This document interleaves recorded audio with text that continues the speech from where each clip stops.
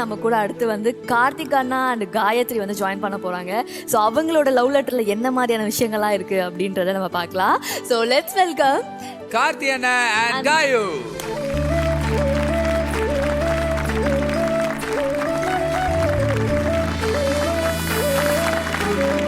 Love letter exchange பண்றதுக்கு முன்னாடி so என்ன கேள்விகள் கேட்க ஆசைப்படுறீங்க? முதல் கேள்வி வந்து இப்போ ஷூட்டிங் வந்து 15 டேஸ் அவங்களுக்கு வேற ஊர்ல வச்சிடுறாங்க இங்க சென்னையில இருக்கிறதுல. அந்த 15 நாள் வந்து நீ என்னை மிஸ் பண்றியா இல்லையா? ஏன்னா உன் பொண்ணை மிஸ் பண்றது எனக்கு நல்லா தெரியுது ஒரு கால்ஸ்லயும். பட் என்ன மிஸ் பண்ற மாதிரி எனக்கு எந்த கால்லையும் தெரியல. நான் வேற யாருக்கும் ஃபோன் பண்ணி வீடியோ காலத்து போய் என் பொண்ணுகிட்ட காட்டுங்கன்னு சொல்லியே உனக்கு கால் பண்ணி தானே காட்டுங்கன்னு சொல்றேன். அப்போ உன்னையும் பார்த்து தானே பேசுறேன். ஸோ அப்போ உன்னையும் சேர்ந்து தானே மிஸ் பண்றேன். ஓகேவா? கிளியரா? ஆனா மிஸ் பண்ற மாதிரி அதுல தெரியல. சோ அதான் கேட்கணும்னு தோணுது. ஆமா, அழணும். அழுதுதான் மிஸ் பண்றது, அழுதுதான் வெளிக்காட்டு. என்ன அழ விடாம நீ பாத்துக்கிற, அதுல தெரியுது எனக்கு. அந்த 15 நாள் நீ என்ன மிஸ் பண்றியா? ஆமா பண்றேன். எப்படி கண்டிப்பா நீ அழவே இல்லையா என்கிட்ட பேசும்போது? அழுதனே. என்னதான் சாரா வந்தாலும் சரி, சாராக்கு அப்புறம் 4 குட்டி நம்ம போட்டாலும் சரி, நீ தான் ஃபர்ஸ்ட் உரிமையில இருப்ப. நான் உன்னதான் அதிகமா லவ் பண்றேன். ஓகேவா? Love you. டன். Love you too. சாமி கிட்ட எனக்குன்னு நீ என்ன வேண்டுவ? உனக்கு இந்த ஆசை வேற இருந்துச்சா?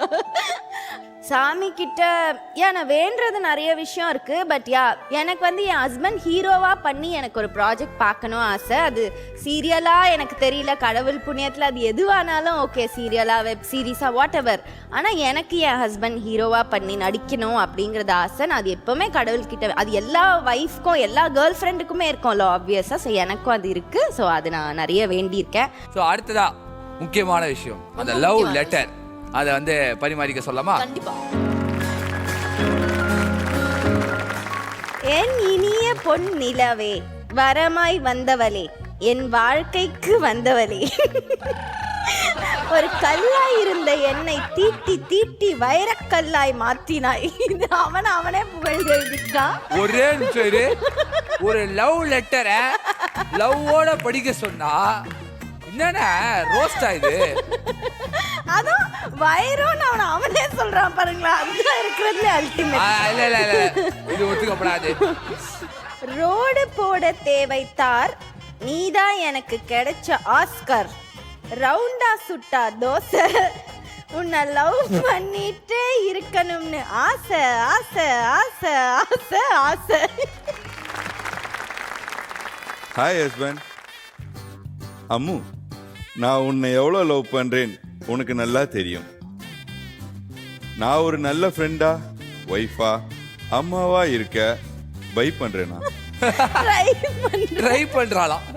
அவனுக்கு படிக்கவே வரல, எழுதவும் வரல. அண்ட் நீயும் ரொம்ப நல்ல ஹஸ்பண்ட் அண்ட் சாராக்கு அப்பாவா இருக்க அது எனக்கு நல்லா ரொம்ப பிடிச்சிருக்கு.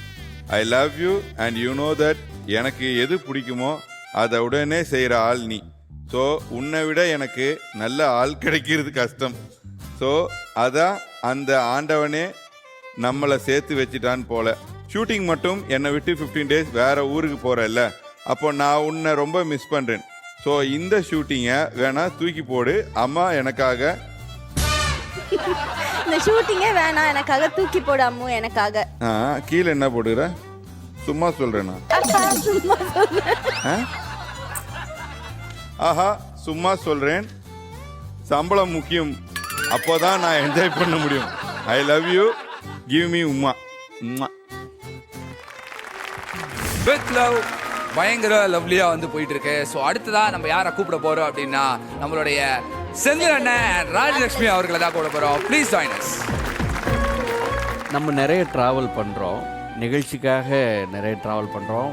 கொஞ்ச நாளைக்கு முன்னாடி எப்போதுமே ட்ராவலில் நீ தான் ரொம்ப அசந்து தூங்கிட்டு வருவேன். அதனால டக்குன்னு நான் உட்காந்து ரொம்ப நேரம் ஏன்னா சரியாக தூக்கம் வராதுங்கிறனால நான் உட்காந்துருப்பேன். நீ டக்குன்னு மடியில் படுத்து தூங்கிட்டு வருவேன். சமீபமாக பார்த்தா நான் தான் நிறைய மடியில் படுத்து தூங்குறேன். என்னைக்காச்சும் என்னடா அவர் நம்ம தூங்கலான்னு நினச்சிட்டு இருக்க நேரத்தில் இவர் படுத்துட்டாரு, நமக்கு ரொம்ப டயர்டாக இருக்கு, இவர்கிட்ட எப்படி சொல்றது அப்படிங்கிற மாதிரி ஏதாவது என்னைக்காவது ஃபீல் நினைச்சிருக்கியா? இல்ல வீட்ல எல்லாருக்குமே தெரியும், நீங்க சின்ன சத்தம் கேட்டா கூட தூங்க மாட்டீங்க. நான் வந்து நடு ரோட்ல தூங்கினாவும் நான் படுத்து தூங்கிடுவேன். அப்படிப்பட்ட மனுஷன் ரொம்ப அந்த ப்ரோக்ராம்லாம் முடிஞ்சோடனே ரொம்ப அலுப்போட வந்து தூங்குவீங்களா? அப்பாடா கொஞ்ச நேரம் தூங்கணும் அப்படிங்கிற மாதிரி இருக்கும் எனக்கு. ஸோ அது என்றைக்குமே எனக்கு சிரமமாக இருந்ததில்ல. இல்லை உங்களை என் மடியில் தூங்க வச்சுக்கும் போது எனக்கு அப்படி ஒரு சந்தோஷமாக இருக்கும். ஸோ அதனால் உங்களுக்கு அந்த தயக்கமே வேணாம், நல்ல ரெஸ்ட் பண்ணலாம். Okay, thank you. நம்ம 2 பேரும் ஒரே துறையில் இருக்கோம். ஸோ ஒரே துறையில் இருக்கும்போது ஒரு சில சிக்கல் வரும் அந்த கப்பலுக்குள்ளே. ஸோ பர்சனலாக நீங்கள் சொல்லுங்கள், நம்ம 2 பேரும் ஒரே துறையில் இருக்கோம். சம்டைம்ஸ் எனக்கு ஒரு சில அதிக வாய்ப்புகளோ ஒரு ஐடென்டிட்டியோ கிடைக்கும்போது மைண்ட் அளவில் நீங்கள் அதை எப்படி ஹேண்டில் பண்ணுவீங்க? மக்கள் கொடுத்த இந்த ஒரு அன்பு ஏதோ ஒரு வகையில் அது வந்து அதை ஒன்று உனக்கு ஒரு வெளிச்சம் கிடைக்கும் பொழுது, ஒரு வாய்ப்பு கிடைக்கும் பொழுது, அப்போ நானும் அங்கே தெரிவேன், ராஜலக்ஷ்மி செந்தில் கணேசா தெரிவேன். அதே போல் எனக்கு கிடைக்கும் பொழுது நான் அப்படி தான் நினைப்பேன். எனக்கு கிடைச்சாலுமே உனக்கும் அதில் ஒரு பேர், ஏன்னா அந்த ஒரு எப்படியா இருந்தாலும் இந்த புகழில் உனக்கும் பங்கு இருக்குங்கிறது மக்களுக்கு தெரியும் அப்படிங்கிற மாதிரி தான் நான் நம்புவேன். அதனால் வந்துட்டு அது உனக்கு கிடைச்சாலும் எனக்கு கிடைச்சாலும் நான் சந்தோஷம்தான் படுவேன்.